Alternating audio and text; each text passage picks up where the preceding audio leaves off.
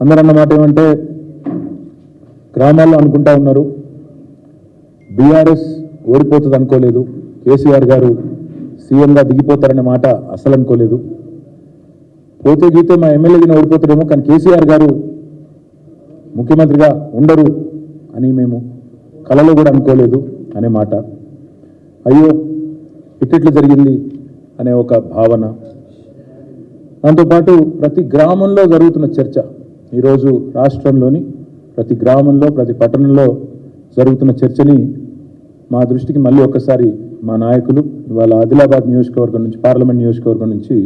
వచ్చిన నాయకులు చాలా విషయాలు చెప్పారు. అందులో సరే సహజంగానే గతంలో ప్రభుత్వంలో ఉన్నప్పుడు మేము తీసుకొచ్చిన కొన్ని కార్యక్రమాల్లో పెట్టిన కొన్ని పథకాల్లో ఉండే కొన్ని సవరణలు చేస్తే బాగుండేది, కొన్ని లోటుపాట్లు ఉండే వాటిని కూడా సవరించి ఉంటే బాగుండేది అనే అభిప్రాయాన్ని కూడా చాలా నిక్కచ్చిగా చెప్పడం జరిగింది. దాదాపుగా ఈరోజు మేము